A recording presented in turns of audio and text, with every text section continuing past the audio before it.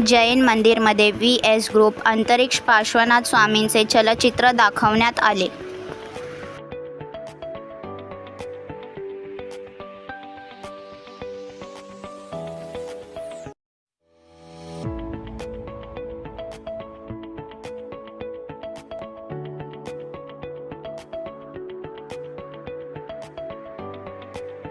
जैनों के 20वें तीर्थंकर श्री मुनिसूरत स्वामी का समयकाल लंकापति रावण के बहनोई खरदूषण ने प्रभु से किया एक सवाल, हे तारनहार, कब और कैसे खुलेंगे मेरे लिए मोक्ष के द्वार? कहा प्रभु ने, पार्श्वनाथ प्रभु की पूजा सेवा से होगा तुम्हारा व्यापार, जीवन उद्धार। तो अब नित्य प्रभु पूजा था खरदूषण जी का नियम, पर एक रोज परदेश जाते वक्त प्रभु प्रतिमा ले जाने का नहीं रहा स्मरण। नियम भंग ना हो इसीलिए बालू व गोबर से किया प्रभु प्रतिमा का सर्जन। मंत्र भाव से प्रतिष्ठा की, किया प्रभु का पूजन अर्चन और फिर आदर सहित नजदीक के कुएं में किया विसर्जन। अंदाजन 950 सालों बाद ये है श्रीपाल महाराजा, जो थे कोढ़ रोग से त्रस्त और इस कुएं के चमत्कारिक जल पीने से हो गए संपूर्ण स्वस्थ। अब राजा ने 7 दिनों तक तप आराधना कर कुएं के धरणेन्द्र देव का किया आह्वान। उग्र तपोबल से प्रकट हुए कुएं के अधिष्ठायक भगवान। जल में स्थित पार्श्व प्रतिमा के बारे में सुनकर राजा ने की प्रभु प्रतिमा पाने की सविनय याचना, और जगत कल्याण का हेतु होने से धरणेन्द्र देव भी नहीं कर पाए मना।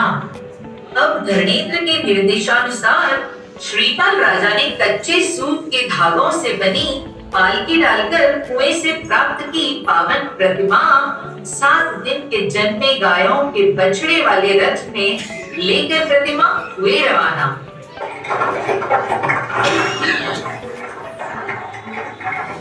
प्रतिमा जा तो रही थी रथ के साथ, पर थी वो जमीन से ऊपर 7 हाथ।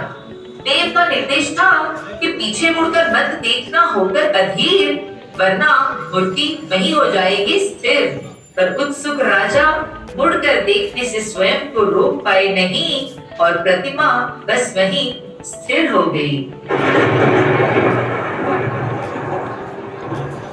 7 हाथ ऊपर स्थिर प्रभु की अडिग प्रतिमा, उसी जगह अब मंदिर बनाने का निर्णय हुआ।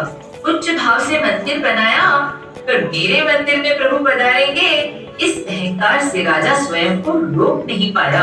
प्रतिमा जी ने मंदिर में नहीं किया प्रवेश, हर कोशिश हुई विफल। पड़ोस ग्राम स्थित अभय सेन सूरी जी से राजा ने पूछा हल। धरणेन्द्र जाकर गुरुवर ने उपाय सुझाया, ग्राम वासियों को साथ लेकर एक छोटा सा संत मंदिर वहीं बनवाया। जमीन से 7 हाथ ऊपर ही हुई प्रभु की प्राण प्रतिष्ठा, साक्षात देखने वालों का नसीब। धीरे धीरे ये प्रतिमा जी आती रही जमीन के करीब, पर आज भी जमीन से ऊपर है ये प्रतिमा। है ये चमत्कार कि आज भी एक पतला कपड़ा हो सकता है आर पार। अंतरिक्ष पार्श्वनाथ प्रभु की लीला का प्रपार। तो दोस्तों, हमारे पार्श्वनाथ प्रभु हाजरा हजूर, उनकी शक्तियों और आशीर्वाद से कोई नहीं अनजान। पर पिछले 43 सालों से हमारे मतभेदों के कारण दर्शन पूजन सेवा से वंचित रहे हमारे ही भगवान।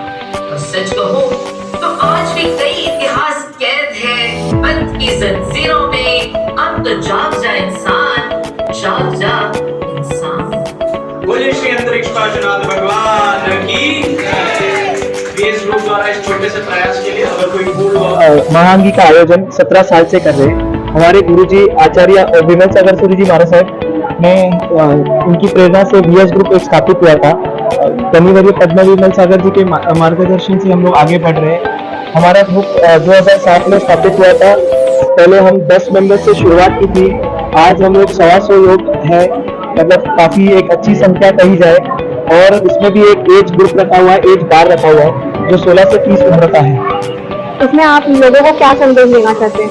यही संदेश है कि हम जैन धर्म को आगे बढ़ाना चाहते हैं और सारे यंगस्टर्स एक प्लेटफॉर्म पे आए, जैन धर्म के बारे में सीखे और हम इसी तरह आगे बढ़ने का प्रयास कर रहे हैं। वो अहिंसावादी धर्म है कि हमको कहाँ पे भी अहिंसा नहीं करना चाहिए। तो इस 8 दिनों में हम लोग इकट्ठा होते हैं। इसके अलावा भी काफी सारे प्रोग्राम करते हैं, बट ये महाआंधी जो हमारी हर साल की जो एकदम ही इम्पोर्टेंट इवेंट होती है, इसमें हम अलग अलग तरीके से अलग अलग चीजों के वर्णन हिस्ट्री से ढूंढते हैं और उसको हम लोग एक ऑडियो विजुअल की तरह से हम दर्शाते हैं और डिस्प्ले करते हैं लोगों को, ताकि कि यंग जनरेशन, ओल्ड जनरेशन, कोई भी जनरेशन हो, जैन धर्म के प्रति उनका प्रचार बढ़े और कैसे कैसे आगे हिस्ट्री है उसके बारे में उनको पता चले। तो ये जो अब जैसे आप हमको पूछेंगे कि ये महाआंधी हम जो कर रहे हैं वो क्या है, तो अभी हमने इसको 2 हिस्सों में डिवाइड किया है।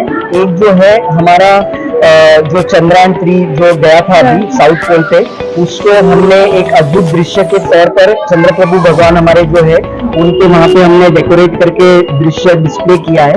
उसके अलावा हमने अंतरिक्ष पार्श्वनाथ भगवान है जो अभी सुप्रीम कोर्ट के जजमेंट के कारण वो तीर्थ खुला है, वो अभी भी मूर्ति काफी एक आधा फीट कुछ ऊपर है जमीन से, और उसकी क्या महिमा है, क्या प्राचीनता है, वो मूर्ति कहाँ थी और आज कहाँ है, उसका हमने एक अद्भुत वीडियो ऑडियो की तरफ से डिस्प्ले किया हुआ है। आम्ही मुंबईकर 24 तास या ऑनलाईन न्यूज चॅनलला सबस्क्राईब करा, शेअर करा, लाईक करा, बेल आयकॉनचे बटन क्लिक करण्यास विसरू नका।